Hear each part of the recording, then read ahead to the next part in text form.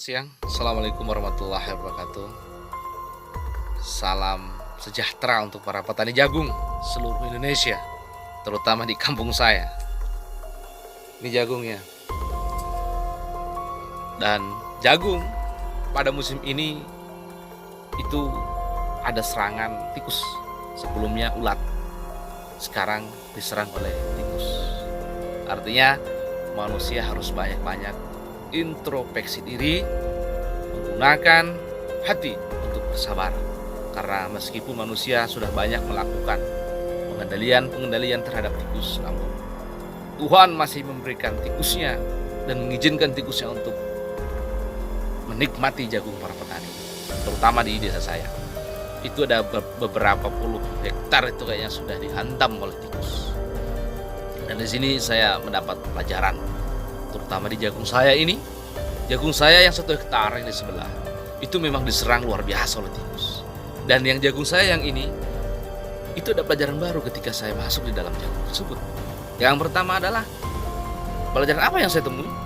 Jagung yang begitu maksimal, yang besar-besar, yang di tempat bersih, itu malah dihabiskan, dimakan. Tidak habis ya, dimakan. Dari tingkat 100% itu 85% diserang. Namun ada di bagian tengah, jagung yang kecil-kecil seperti ini ya, yang kecil-kecil itu utuh tanpa ada serangan sedikit pun.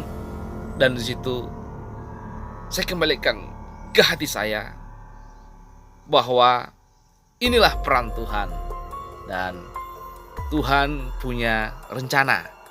Rencana Tuhan tidak bisa dipahami oleh manusia, namun rencana manusia begitu mudah Allah mengerti dan Allah pahami.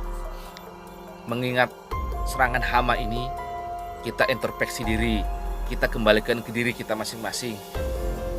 Apakah ada yang kurang selama hidup ini kita lakukan? Hidup kita, apa ada yang kurang? Kewajiban kita, apa kita sudah lakukan semua kewajiban kita sebagai manusia? Kita diatur oleh agama, diatur oleh Al-Quran. Kita wajib melakukan sesuatunya itu. Apakah kita sudah lakukan semua? Itu kita kembali ke diri. Saya teringat pada waktu itu, kalau saya kolabkan dengan masa sekarang ini, serangan tikus dan sebelumnya ulat terhadap pertanian jagung ini. Saya teringat pada waktu itu saya mengkaji Al-Quran. Saya di situ menemukan penjelasan. Dikisahkan dalam Al-Quran tersebut seperti ini penjelasannya. Ada kisah seorang petani di atas bukit tinggi. Yang namanya bukit kan pegunungan, itu susah. Kebutuhan airnya itu mungkin kayaknya ya tidak maksimal. Memang susah, kecuali hanya mengandalkan hujan. Itu ada 2 sahabat mendengar perintah terhadap awan. Wahai awan, bergeserlah ke atas bukit dan turunkanlah hujan. Cukupkanlah kebutuhan air untuk tanaman si fulan. Cukupkanlah rezeki melalui hujan tersebut, melalui hujanmu.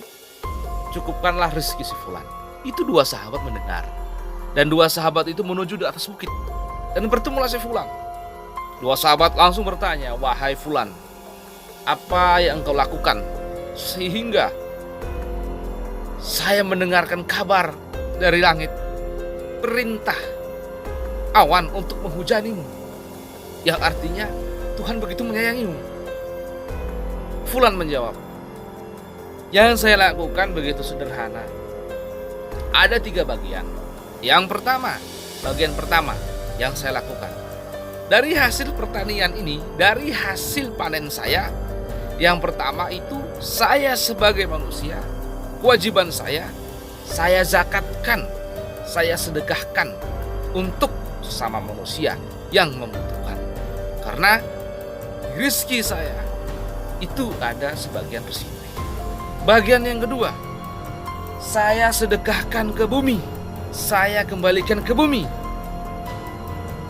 2 sahabat bertanya, zakat ke bumi, kembalikan ke bumi, penjelasannya seperti apa, Fulan?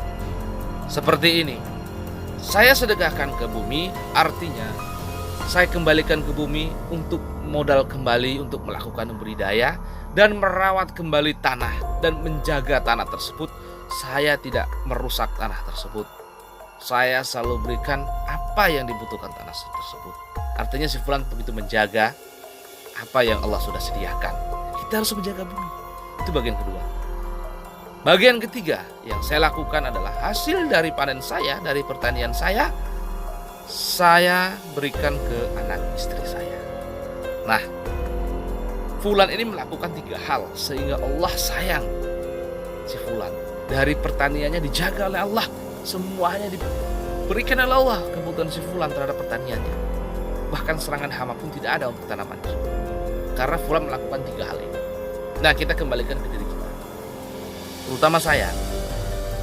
Ketika saya panen melimpah musim kemarin, meski ada serangan ulat. Bagian pertama itu saya lalaikan. Zakat. Itu banyak saya lalaikan. Seharusnya sekian persen itu ada aturannya itu yang kita harus lakukan. Itu saya lalaikan. Mungkin sebelumnya saya lakukan tapi hanya 50%. Tidak 100% seperti yang fulan lakukan. Bagian kedua, sedekah bumi. Itu saya lakukan hanya 50%. Sedangkan si fulan 100%. Bagian ketiga saya lakukan.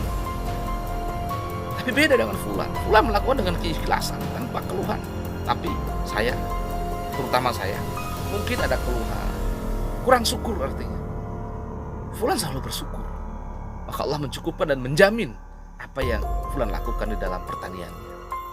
Nah, seperti itu. Makanya kita introspeksi diri sebagai manusia. Dan di musim tikus ini nih, di musim tikus sekarang ini yang kita sedang hadapi, kita banyak berdoa, kita banyak bermunajat ke Allah agar Allah segera mengembalikan tikusnya ke tempat asalnya. Mungkin kita sering melalaikan kewajiban kita sehingga Allah memerintahkan tikus untuk mengingatkan kita sebagai manusia, sebagai makhluk hidup, itu ada hak orang lain di dalam rezeki kita. Mungkin Allah memerintahkan tikus untuk menikmati jagung kita. Tikus juga makhluk hidup, butuh makan. Jadi Allah memerintahkan tikus untuk menikmati jagung kita. Jadi saya mohon kepada teman-teman, mari kita sama-sama introspeksi diri. Kita berbagi kembali akhlak. Kita ingat kewajiban kita sebagai manusia. Sambil bertani, jangan pernah tinggalkan kewajiban kita.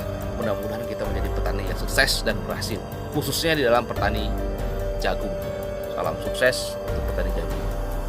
Bismillah. Salam berkah. Assalamualaikum warahmatullahi wabarakatuh. Thank you very much.